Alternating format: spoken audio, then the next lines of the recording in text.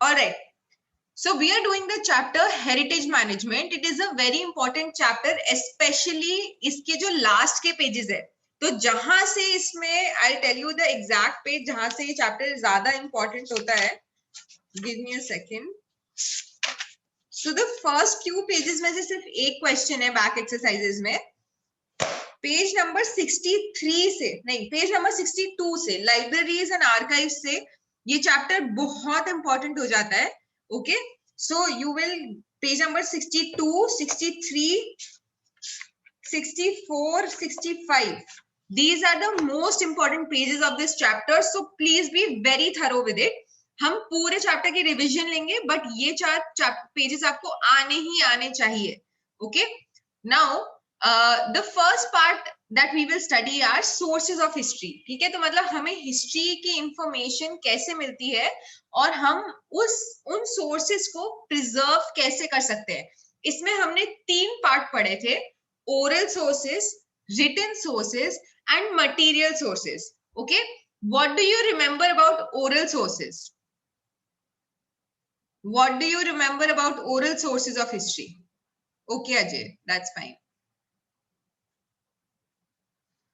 Oral source क्या होता है हिस्ट्री का? Fiza, can you unmute and tell me? फिजा,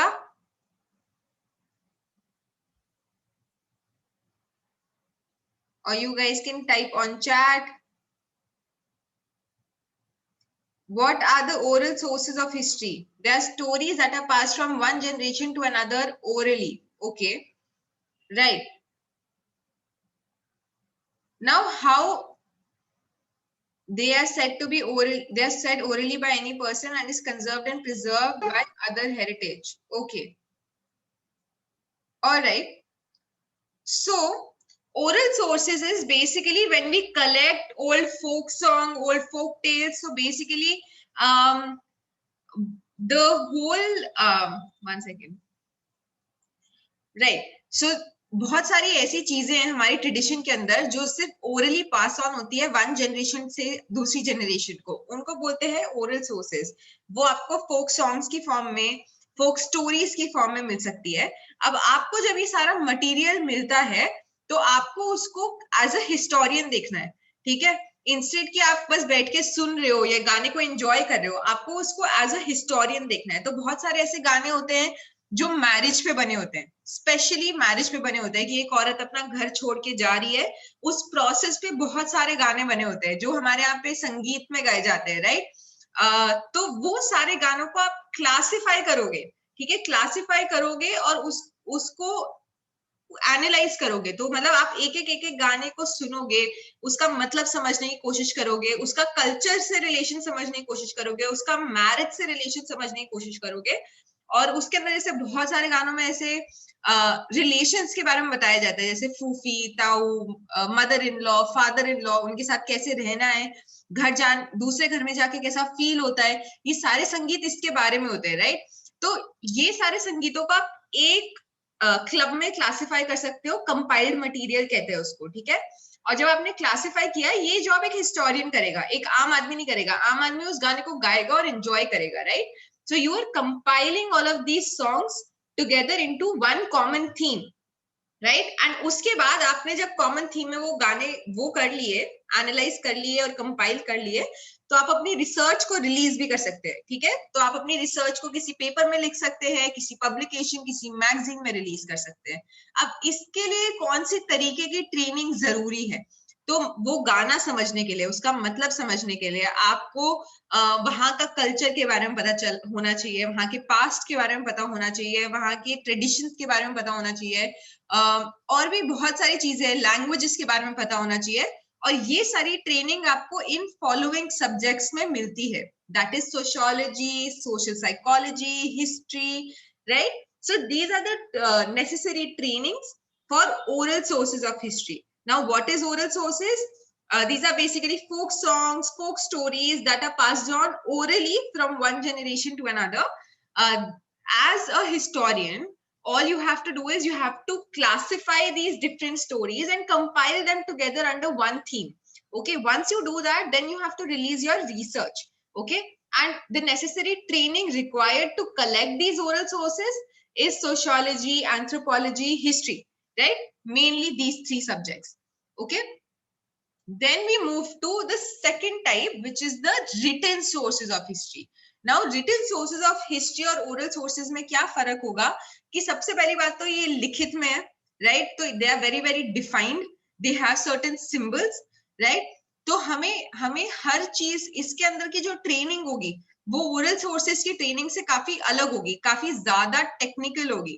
ठीक है, तो आपको यहाँ पे सबसे पहले इसमें टास्क क्या क्या होंगे, आपको इंफॉर्मेशन, आपको वो रिटर्न सोर्सेस कलेक्ट करने हैं, वो डायरीज ढूंढनी है, वो कॉइन्स निकालने हैं, वो कॉपर प्लेट्स को संभालना है।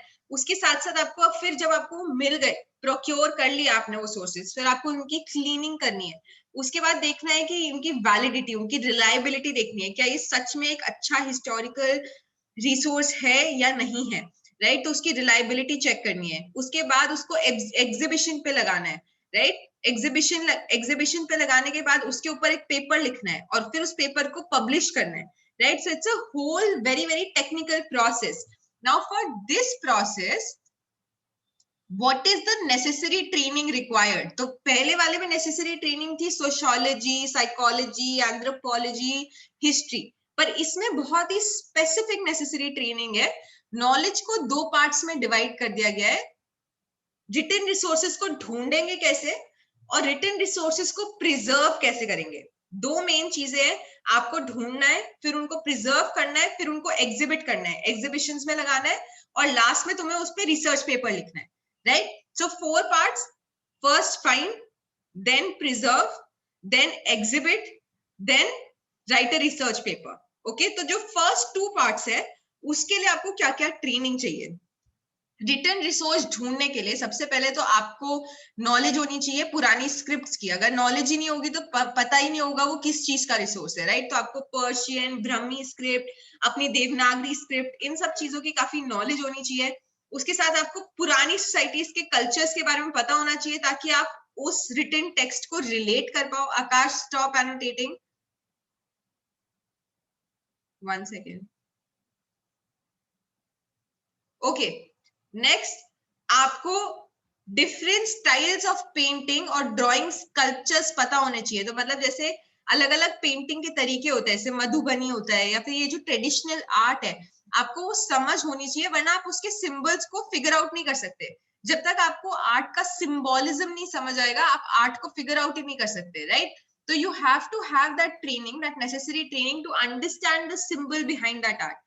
तो मेन चीजें क्या है, आपको स्क्रिप्ट पता होनी चाहिए, आपको पुरानी सोसाइटीज के बारे में नॉलेज होनी चाहिए, उसके साथ साथ स्पेसिफिक पेंटिंग स्टाइल्स के बारे में, स्कल्पचर्स के बारे में नॉलेज होनी चाहिए, राइट?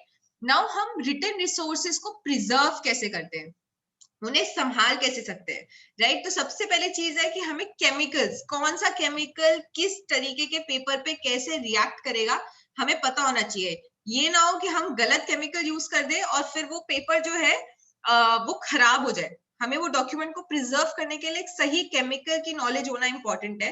उसके साथ साथ स्टोन्स और मेटल्स की इंपॉर्टेंस, प्रॉपर्टीज के बारे में पता होना चाहिए, बिकॉज उन स्टोन्स और मेटल्स पे सिंबॉलिकली लिखा जाता है। पहले जमाने में सब पेपर पे नहीं लिखते थे, स्टोन्स पे भी लिखते थे। तो अभी आपको स्टोन को अगर प्रिजर्व करना है तो आपको उसकी प्रॉपर्टी पता होनी चाहिए। उसके साथ साथ पेपर और इंक अलग अलग तरीके के कौन से होते हैं, वरना आप डॉक्यूमेंट स्पॉइल कर सकते हैं, वरना आप डॉक्यूमेंट का मिसयूज कर सकते हैं। तो उसको प्रिजर्व करने के लिए आपको हर पेपर की अलग अलग प्रॉपर्टीज, हर इंक की अलग अलग प्रॉपर्टीज के बारे में पता होना चाहिए। फिर म्यूजियम को मैनेज करना आना चाहिए, क्योंकि इवेंचुअली आप उसको एग्जिबिट करने वाले हैं, राइट? तो आपको म्यूजियम को मैनेज करना आना चाहिए, रिपोर्ट लिखना आना चाहिए, right? So these are few things that are a part of necessary training when you're thinking of written resources. Okay, similarly we move to material sources. Material sources and written sources में ये फर्क है। Material sources written नहीं होते हैं, ये sculptures होते हैं, ये सिंबल्स होते हैं, ये अलग अलग तरीके के टूल्स होते हैं, राइट? तो these are not, they don't have a language, okay? They are physical structures, so they can be forts, they can be pillars, they can be temples, they can be tools, they can be weapons, right? So all of those sources are material sources. अब material sources को material sources और written sources का जो process है वो बहुत similar है, ठीक है। सबसे पहले आपको कलेक्ट करना है ये सोर्सेज, उसके बाद आपको इनको क्लीन करना है, उसके बाद आपको इनको एग्जीबिशन में डालना है, और चौथा आपको इसको रिसर्च करना है, राइट। इस पे रिसर्च पेपर लिखना है। ये 4 लेवल का प्रोसेस है। अगर आपको इसका नोट बनाना है, please make a note of it, right. So 4 level process of necessary training. सबसे पहले collection, then cleaning, then exhibiting, okay, so preserving भी बीच में डाल सकते हो, फिर एग्जीबिशन, एंड उसके बाद लास्ट में research paper, okay. Fossil is what kind of source? Material, right. अब इसके लिए भी ट्रेनिंग एकदम काफी सिमिलर है रिटन सोर्सेज की ट्रेनिंग से। इसमें आपको मटेरियल के बारे में ज्यादा पता होना चाहिए। सबसे पहले तो ऑब्वियसली पास्ट हिस्ट्री के बारे में पता होना चाहिए, कल्चर्स के बारे में, स्टाइल्स ऑफ आर्ट, ये दोनों में कॉमन है। आर्ट का क्या तरीका था वो सब कुछ पता होना चाहिए। उसके साथ साथ रीजनल मटेरियल जो आपने जिससे वो प्रोड्यूस हुआ है, तो जैसे ताजमहल को बोलते हैं कि उसपे अभी तो वो पीला होने लगा है, बट कब से वो पीला नहीं हो रहा था, तो वो कौन से मटेरियल से बना है कि वो पीला नहीं हो रहा था। या कुतुब मीनार कौन से स्टोन से बना है कि वो इतना लंबा है और इतने अर्थक्वेक सर्वाइव कर गया, राइट। तो आपको उस रीजनल मटेरियल के बारे में नॉलेज होनी चाहिए। उसके बाद प्रिजर्व कैसे करोगे? प्रिजर्व, उसके लिए केमिकल्स मेन पॉइंट, म्यूजियम्स को मैनेज करना, रिपोर्ट्स लिखना मेन पॉइंट, और एक और इसमें डिफरेंट पॉइंट वो ये है कि जैसे बहुत सारी चीजें जिसकी ओरिजिनल डॉक्यूमेंट आप एग्जिबिट नहीं कर सकते, तो आपको उसका रेप्लिका बनाना आना चाहिए, तो आपको स्कल्पचर बनाना आना चाहिए, आपको कॉपी करना आना चाहिए, एग्जैक्ट आप कैसे बनाओगे ओरिजिनल को देख के, राइट। तो वो एक आर्ट है जो इसके अंदर भी इंक्लूड होती है। यहां तक सबको क्लियर है तो प्लीज चैट पे लिखो, we'll move forward. Is this clear? Till now everything is clear. The 4 point aspect, please remember that. Collection, what is the second part? After collection, what do we do? Clean. Third part, exhibition, not existent, exhibition. And fourth,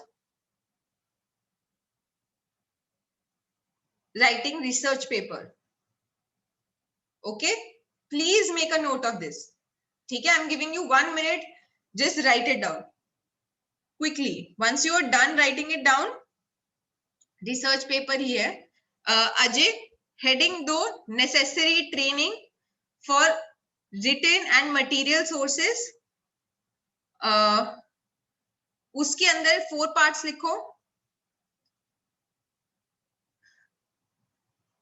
actually these are tasks of collecting written and material sources. सबसे पहले collection, फिर cleaning, फिर exhibition, and फिर writing a research paper. Ways to preserve and conserve oral sources. So Divya is asking, what are the ways to preserve and conserve oral sources? Divya, exact answer has not been written in the textbook. So ways to preserve would just be how you collect the sources, okay, how you classify and you publish the results. This would be the way, okay.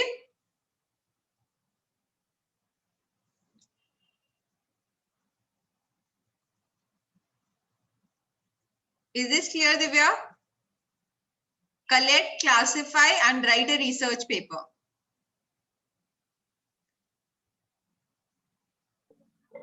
What method should be followed while studying material sources? So what method should be followed while, okay, Divya's next question is, what method should be followed while studying material sources? This is where you write about this.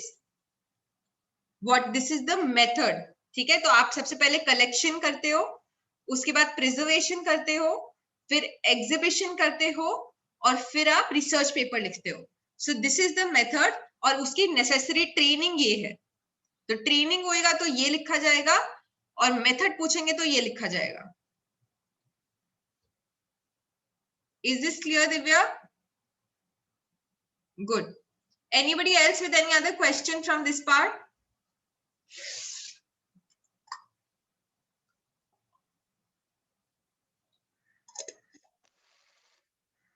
Any questions? We can move forward. Right. Let's move forward then. We're going to talk about some famous museums. Till now, this chapter has not reached its important points, right? These are, यहाँ से majorly 1 markers आएगा, maximum 1-2 marker आ सकता है, ठीक है? कि preservation पे, ये preservation वाले point पे 1-2 marker आ सकता है. अभी तक कुछ important इसमें से clear important अभी तक आया नहीं है. First museum is Louvre museum. इसकी खास बात हमने पहले ही पढ़ी थी. ये जो म्यूजियम है ये पेरिस में है. ये रॉयल फैमिलीज ऑफ पेरिस ने बनाया था. इसके अंदर दा विंची की सबसे फेमस पेंटिंग मोनालिसा प्रेजेंट है. ये इसलिए यहाँ पे लगाई गई है क्योंकि Da Vinci used to work under king Francis the one who took this painting and exhibited it here.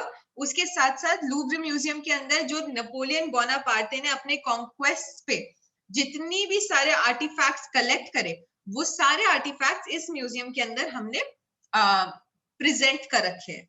Okay, this is the most important museum of France. This is Mona Lisa, right?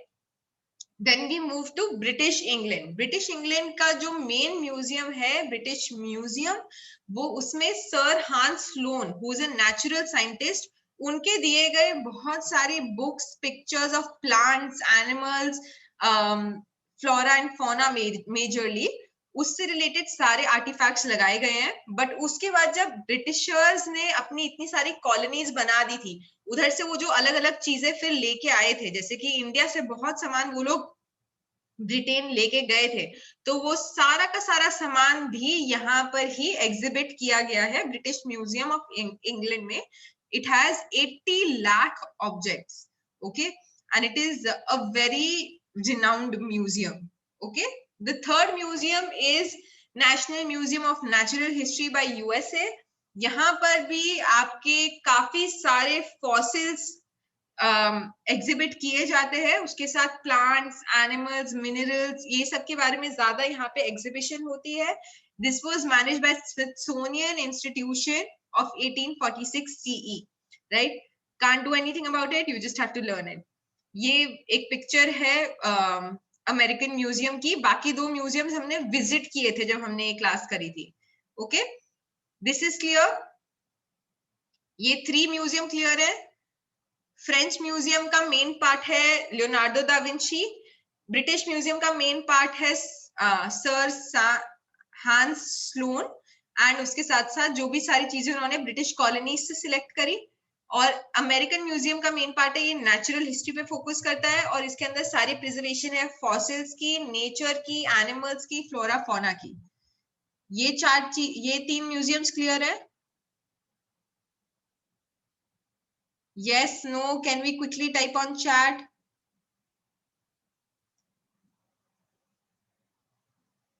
Waiting for your response. Thank you, Akash. Thank you, Sanya. Thank you, Pooja. Waiting for the rest of you. Thank you, Ajay. Thank you, Nidhi. Thank you, Lakshmi. Right. अब we'll move forward to museums in India. ये इसमें 1 marker आता है कि India का first museum कौन सा था. इंडिया का फर्स्ट म्यूजियम है इंडियन म्यूजियम. गवर्नमेंट म्यूजियम नहीं है, नेशनल म्यूजियम नहीं है, ये बाद में आए हैं. इंडिया का सेकंड म्यूजियम गवर्नमेंट म्यूजियम है. ओके, तो आप ये याद रखो, फर्स्ट म्यूजियम का नाम इंडियन म्यूजियम है, ठीक है? ये Asiatic Society of Bengal Kolkata में था, 1814 CE में था. ओके, सेकंड म्यूजियम का नाम गवर्नमेंट है, और जो नेशनल म्यूजियम है वो दिल्ली में एस्टैब्लिश हुआ था 1949 में. ये दोनों इतने इंपॉर्टेंट नहीं है. फर्स्ट म्यूजियम सबसे इंपॉर्टेंट है, which is Indian Museum. Okay, do not get confused.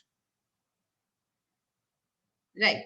Now, museology क्या है? Museology है study of museums. तो जैसे sociology है, psychology है, वैसे एक सब्जेक्ट होता है जिसको बोलते हैं museology. ये स्टडी ऑफ म्यूजियम्स है और उनका सोसाइटी में क्या रोल है उसके बारे में ये पूरी पढ़ाई है। इसके अंदर आप बेसिकली समझते हो कि म्यूजियम्स को मेंटेन कैसे करना है, उनमें सारे आर्टिफैक्ट्स प्रिजर्व कैसे करने हैं, स्कल्पचर्स कैसे बनाने हैं, राइट, रिपोर्ट्स कैसे लिखनी है, रिसर्च रिपोर्ट्स कैसे लिखनी है, तो ये म्यूजियोलॉजी के अंदर ये पढ़ाई की जाती है। ये फॉलोइंग यूनिवर्सिटीज में प्रेजेंट है। Not that important to remember, but just keep this in mind. What does museology mean? Okay. Then we come to one of the most important museums of India called Chhatrapati Shivaji Maharaj Vastu Sangrahalaya. This museum was earlier made in Mumbai in 1905 CE to commemorate Prince of Wales of India coming to India. Right? So basically जब Prince of Wales पहली बार India आए थे तो ये museum उनकी शान में बनाया गया था। तो ये पहले इसका नाम था Prince of Wales Museum of Western India, ये इसका पुराना नाम था।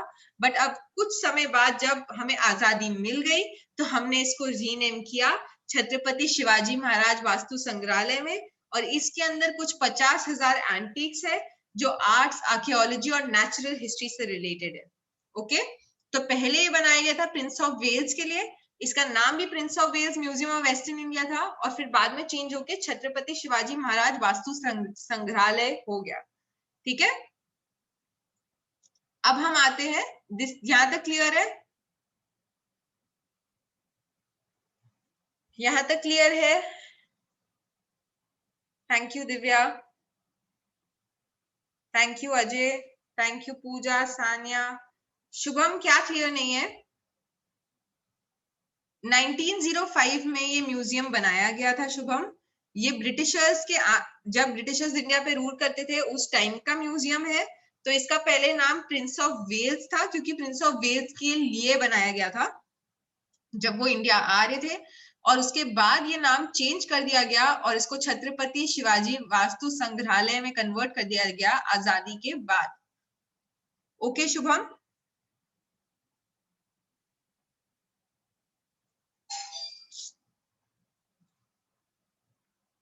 Shubham, okay, all right.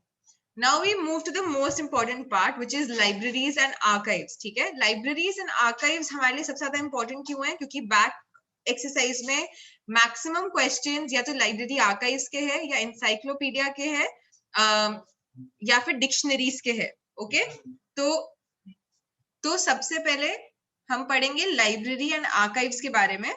यहाँ पे एक क्वेश्चन दिया गया है, library science is very closely related to management science, information technology and field of education.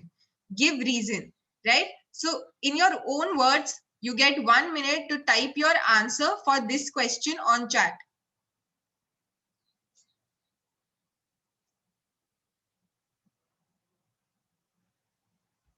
Look at the question, think about the question and type your answer in 1 minute.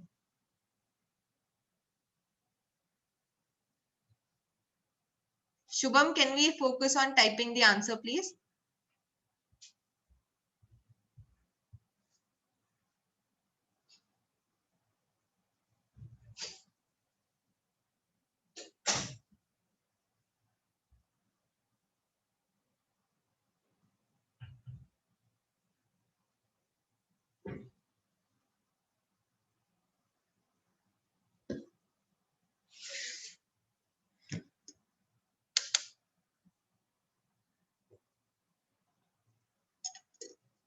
Common sense से relate करो Ajay. Library का management से, information technology से या education से क्या relation है? Common sensical answer चाहिए, फ्लारी आंसर नहीं चाहिए। Shubham, can you please type the answer, not unnecessary things.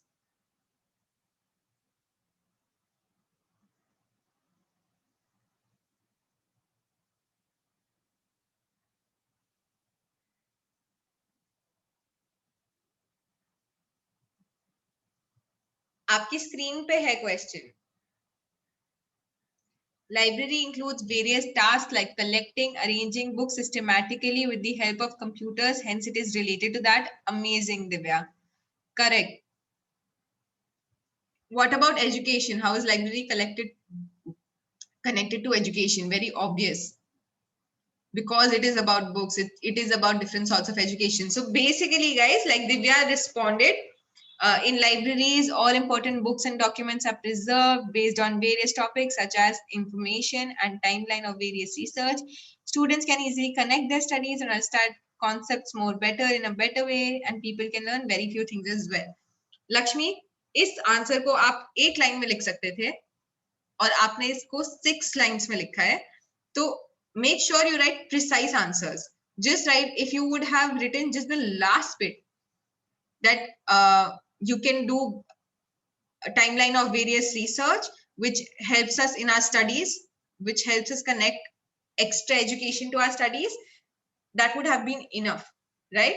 So do that, be precise. Libraries and archives follow procedure of collecting, source, verifying, writing, same as related to science. Amazing, Akash. So all of you are correct in your own ways. Library science basically उस तरीके की science है जिसके अंदर सब कुछ आता है, right? So you are basically collecting books, you are disseminating knowledge, you are giving out education because you are giving out books to people.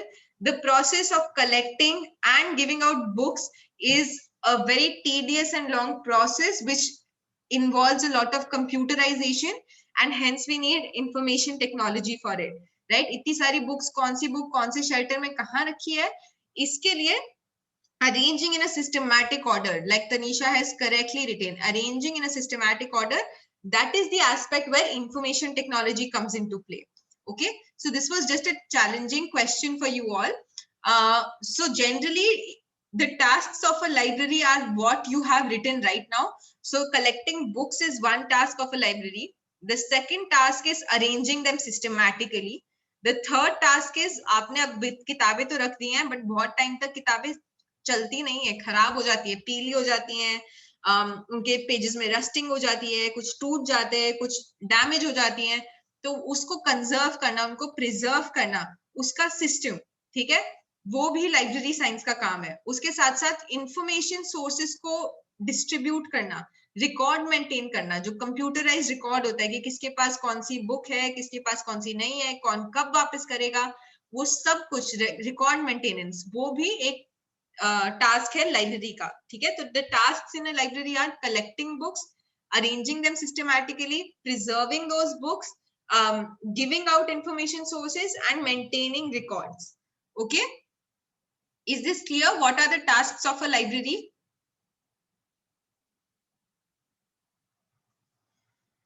Is this clear to all? कि एक लाइब्रेरी में क्या क्या काम होते हैं, ये चीज क्लियर है?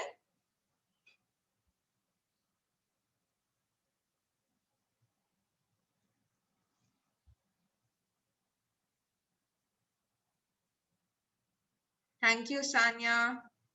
Thank you, Ajay. Thank you, Pooja. Thank you, Tanisha. Great. Now, these are 3 names of the earliest libraries of India. You just have to remember them. There is no option. Royal Library of Ashurbanipal, Assyrian Emperor in Mesopotamia, library at Takshashila University, and library in Alexandria, Egypt. These are some of the earliest libraries of the world. They might come as 1 markers. You just have to remember them. There's nothing I can do about it. Okay. Now this is Saraswati Mahal Granthalaya, Thanjavur, Tamil Nadu. This is one of the earliest libraries of India. This was found by Madurai dynasty by Maharaja Venkoji. Okay. Now history of this library is important. तो हम पढ़ रहे हैं सरस्वती महल ग्रंथालय के बारे में, जो कि है थांजावुर तमिलनाडु में, जिसको मदुराई नायक यूनिवर्सिटी डायनेस्टी के रूलर महाराजा वेंकोजी ने बनाया था. Now Saraswati Mahal Granthalaya was built in 16th to 17th century during the times of Nayak dynasty, जो कि बनाई गई थी व्यंकोजी राजे, जो कि बनाई गई थी महाराजा वेंकोजी ने.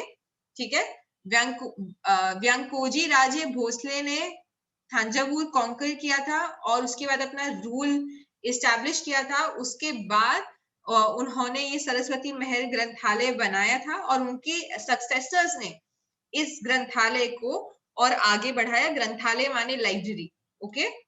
तो सरफरोजी भोसले जो उनके सक्सेसर थे, उन्होंने सबसे ज्यादा कंट्रीब्यूशन दिया इसकी एक्सपेंशन में। उन्होंने इसीलिए इस लाइब्रेरी का नाम रीनेम करके थांजावुर महाराजा सरफरोजी सरस्वती महल ग्रंथालय किया गया, उनके ऑनर में, क्योंकि सबसे ज्यादा काम उन्होंने किया था। बस, ठीक है। ये इनकी हिस्ट्री है। सरस्वती महल ग्रंथालय जो कि व्यांकोजी राय भोसले ने बनाया, उसके बाद उनके सक्सेसर्स ने उसको आगे बढ़ाया। सबसे इंपॉर्टेंट सक्सेसर है सरफरोजी Raje Bhosale.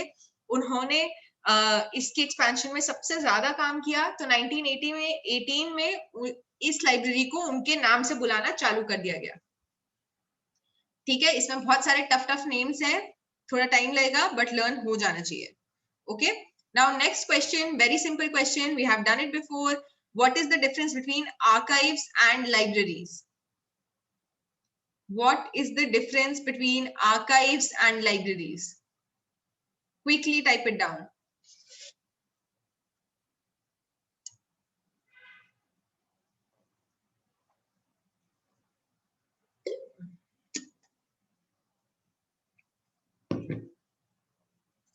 The artifacts that are not exhibited are kept in archives. Okay, in archives we keep all documents. Simpler, better answer. Archives has documents. Great. What does library have then? Fiza, Pradum. Library has books. These books can be fiction, non-fiction, anything. They can be real, they can be fictional, they can be mythological.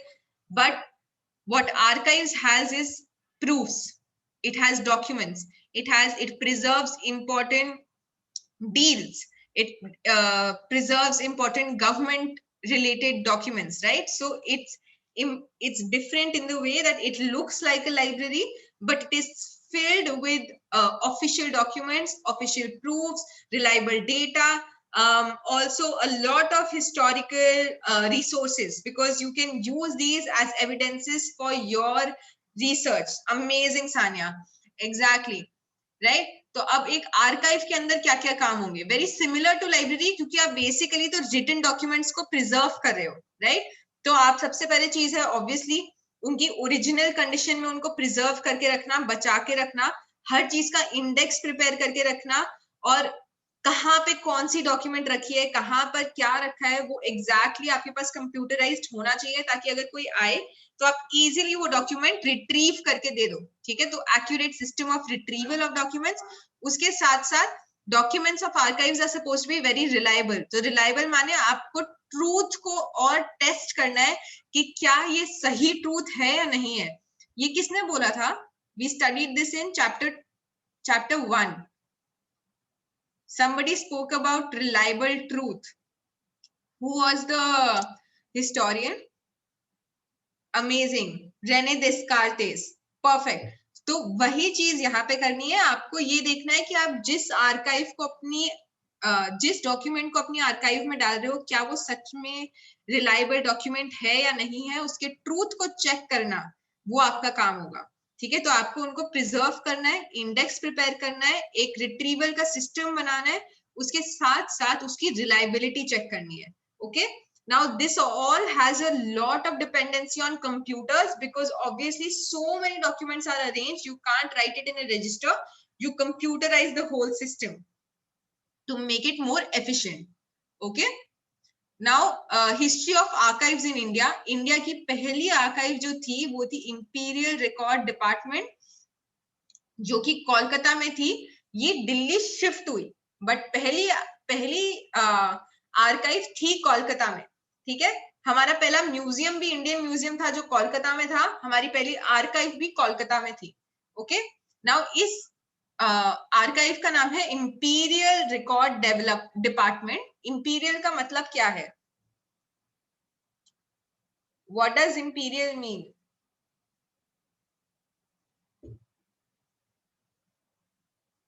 Do you know what it means?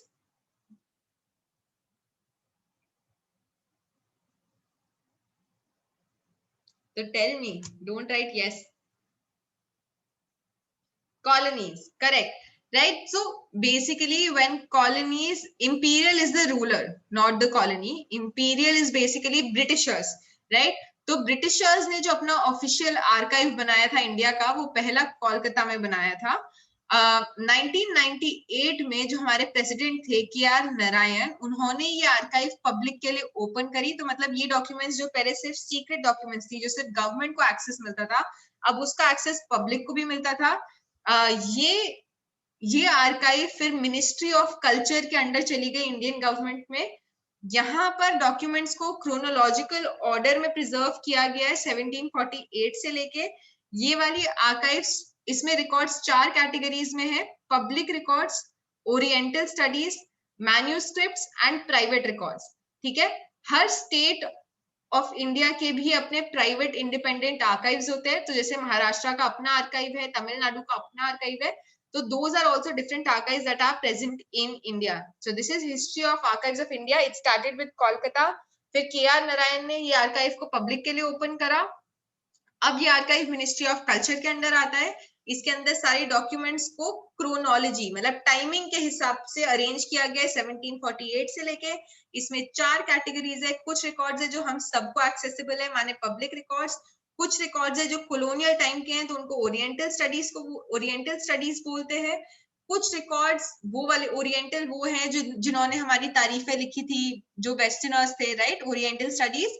तो ये वो studies है.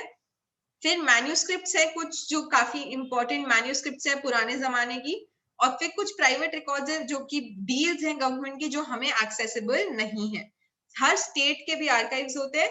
और ये सारे archives जो हैं, libraries can be private और पब्लिक, archives will always be government. Okay, they can not be private. Is this clear? Because documents are government owned. Is this clear?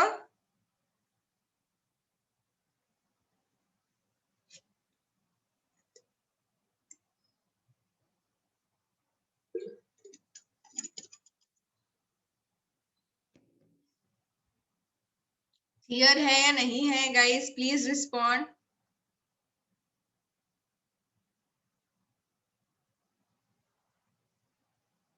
Everyone waiting for your response.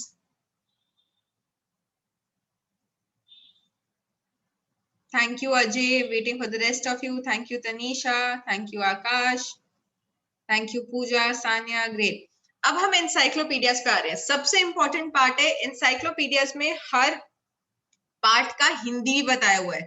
तो encyclopedia माने स्थाला कोश या स्थाना कोश, तो जो भी उसका हिंदी नाम है, प्लीज इंग्लिश टू हिंदी नाम लिख लो और उसको लर्न कर लो, क्योंकि सारे शॉर्ट नोट्स हिंदी नाम पे आए हुए हैं. तो आप कंफ्यूज हो जाओगे नाम पढ़ के कि इसका मतलब क्या है. तो प्लीज उन नाम की इंग्लिश टू हिंदी लिख के एक लिस्ट बना लो. Okay, so that will really help you. ठीक है, तो इसके अंदर अभी हम इंसाइक्लोपीडिया के फीचर्स पढ़ेंगे. इंसाइक्लोपीडिया में हमें काफी नॉलेज मिलती है जो रीडर्स को अवेलेबल होती है. इसके अंदर फंडामेंटल इंफॉर्मेशन होती है. माने इसके अंदर ये नहीं होगा कि लेटेस्ट क्या क्या डेवलपमेंट्स आ रही है, न्यू रिसर्चेस क्या क्या है, वो नहीं होगा. बट लेटेस्ट एक टॉपिक के जो फंडामेंटल पॉइंट्स होते हैं उनके बारे में लिखा जाता है. तो जैसे जो की टर्म्स होती है, जैसे आपकी हिस्ट्री में, जैसे आपकी साइंस में की टर्म्स होगी, जैसे फिक्शन, राइट, फ्रिक्शन या फिर वेलोसिटी, स्पीड, इनकी जो मेन डेफिनेशन होंगी वो सारी डेफिनेशंस इंसाइक्लोपीडिया में अवेलेबल होती है. तो जैसे आर्काइव्स, अगर हिस्ट्री की इंसाइक्लोपीडिया है तो उसमें आर्काइव्स, लाइब्रेरीज, हिस्टोरियन का मीनिंग, हिस्ट्री का मीनिंग, उन फंडामेंटल्स के मीनिंग इंसाइक्लोपीडिया में अवेलेबल होते हैं. ये इंसाइक्लोपीडियाज हमेशा चेंज होती रहती है क्योंकि इनके मीनिंग्स भी बदलते रहते हैं, राइट. तो बहुत सारी नई नई चीजें भी आती रहती है. जैसे अब ई म्यूजियम्स हो गए हैं, डिजिटल म्यूजियम्स. अब डिजिटल म्यूजियम्स न्यू इन्वेंशन है, तो उनको भी इसके अंदर ऐड कर दिया जाता है. बट फंडामेंटल्स ही इसके अंदर, फंडामेंटल इंफॉर्मेशन ही ऐड की जाती है. ये जनरली या तो अल्फाबेटिकल ऑर्डर में होती है या टॉपिक वाइज होती है. Okay, now encyclopedias can be general in nature and they can be specific in nature also. There are 4 different types of encyclopedias. One is dictionary, which you all have used. One is, ये नाम याद रखना है, विश्वकोश माने comprehensive encyclopedia, ये कोशाध्रुश माने इंसाइक्लोपेडिक literature and indexes, right. तो ये विश्वकोश और कोशाध्रुश ये याद रखने हैं, इनको प्लीज याद रखना, इन्हीं पे शॉर्ट नोट आएगा। तो कॉम्प्रिहेंसिव इंसाइक्लोपीडिया, इंसाइक्लोपीडिया लिटरेचर पे नोट नहीं आएगा, इन पे आएगा। Okay, so please remember this. ये 4 टाइप है इंसाइक्लोपीडिया के, इनको अभी हम पढ़ने जा रहे हैं। सबसे पहले डिक्शनरी, जो कि आप सबने पढ़ा है। एक लैंग्वेज में कौन कौन से वर्ड्स होते हैं, तो basically this is related to like English, Hindi, Marathi, हर लैंग्वेज की एक डिक्शनरी होती है। उन वर्ड्स के मीनिंग्स, उन वर्ड्स के सिनोनिम्स, वो सब आपको डिक्शनरी के अंदर मिलते हैं, राइट। अब अगला आ गया कॉम्प्रिहेंसिव इंसाइक्लोपीडिया, माने विश्वकोश, जिसके अंदर डिटेल्स होती है। तो इसके अंदर जितने भी टॉपिक्स है एक सन के अंदर, वो वाले सारे टॉपिक्स के बारे में इंफॉर्मेशन होती है। जैसे ब्रिटानिया की इंसाइक्लोपीडिया, तो उसमें न्यू इन्वेंशंस के बारे में, ओल्ड इन्वेंशंस के बारे में पैराग्राफ पैराग्राफ डिटेलिंग, वैसी विश्वकोश होती है। इसके अंदर इसका एक टाइप है जिसके अंदर सारे टॉपिक्स एक ही इंसाइक्लोपीडिया में होते हैं, और दूसरा टाइप है जिसके अंदर एक सब्जेक्ट चूज किया जाता है और उस सब्जेक्ट से रिलेटेड सारी इंफॉर्मेशन डिटेल में होती है। इसका मेन पॉइंट है having information in detail. Details 2 types की हो सकती है, या तो आप सारे टॉपिक्स कवर करो, या फिर आप एक सब्जेक्ट से रिलेटेड सारी इंफॉर्मेशन कवर करो। तो एक है ब्रिटानिया, ब्रिटानिया के अंदर science, SST, maths, English, Hindi, हर चीज से रिलेटेड सारी डिटेल्स देते हैं। और एक टाइप की इंसाइक्लोपीडिया जो शायद है भारतीय संस्कृति कोश, जिसमें भारत की संस्कृति के बारे में, भारत के कल्चर के बारे में बहुत डिटेल में लिखा जाता है, right. Is this clear? Dictionary and विश्वकोश is clear? Divya has a question. Are we not allowed to visit archives? Divya, you can visit archives, but you can visit only the public sectors. So अगर कोई private area है तो आप उसमें allowed नहीं होंगे. Okay? Now we move forward. Encyclopedia literature. This is called Koshadrush. It is similar to an encyclopedia with scholarly articles, providing information on all possible aspects of one or more predetermined subjects. So this is similar to this second part. जो ये वाला part था कि एक subject पे सारी information मिलना, तो ये वो ही है, बस उसको थोड़ा सा आगे पीछे कर दिया है, ठीक है। तो ये इसका नाम है कोशाध्रुश। ये इतनी इंपॉर्टेंट भी नहीं है, सबसे इंपॉर्टेंट विश्वकोश है। उसके बाद आते हैं इंडेक्सेस। इंडेक्सेस हर किताब के एंड या स्टार्टिंग में होते हैं, ठीक है। बहुत कम होता है कि इंडेक्स कुछ अलग से होगा, बस ये आपको सारी इंफॉर्मेशन, जो रिक्वायर्ड इंफॉर्मेशन है, उसको ढूंढने में मदद करते हैं। तो हर बुक के फर्स्ट पेज पे जो ये page number 1 2 3 4 1, page number 7, page number 10, इस पे क्या लिखा हुआ है वो सब, that's all an index. You also make it in the starting of your notebook, right. So that is indexes. Then we talk about some of the Indian encyclopedias. तो Indian encyclopedias के examples दिए गए हैं। स्थालाकोश एक बहुत important encyclopedia, इस पे 2 marker आता है, ठीक है। स्थालाकोश माने स्थान से रिलेटेड, स्थान एंड स्थाला इज द सेम थिंग। तो इसमें ज्योग्राफी की इंफॉर्मेशन मिलती है, जिसका एग्जाम्पल्स 2 दे रखे हैं टेक्स्ट बुक में। एक है स्थाना पोथी एंड एक है प्राचीन भारतीय स्थालाकोश। ये आपको याद रखना ही पड़ेगा, it is important, it is a 2 marker.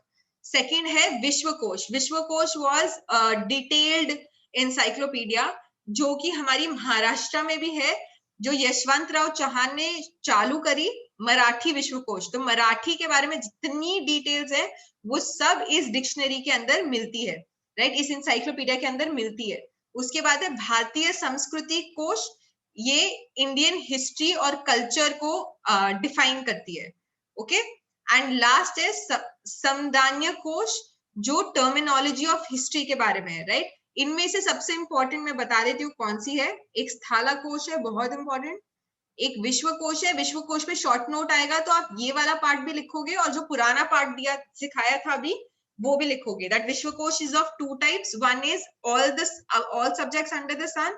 One is one specific subject in a lot of details. Example for one specific subject in a lot of details is from Maharashtra, where Chief Minister Yashwant Rao Chauhan released Marathi Vishwakosh. Okay, this is how you will write a short note on Vishwakosh. ये दोनों सबसे important है, ये दोनों इतनी important नहीं है, but फिर भी याद कर सकते हो अगर आपको लगता है कि ये पेपर में आएंगी तो, right? With this, we come to the end of this chapter. Is there any doubts from anyone? सूफिया इन्होंने एट द बैक लिखा है. बैक लिखना इंपॉर्टेंट नहीं है, जरूरी नहीं है कि बैक पे इंडेक्सेस हो, फ्रंट में भी होते हैं, बैक में भी होते हैं. That is not extremely important.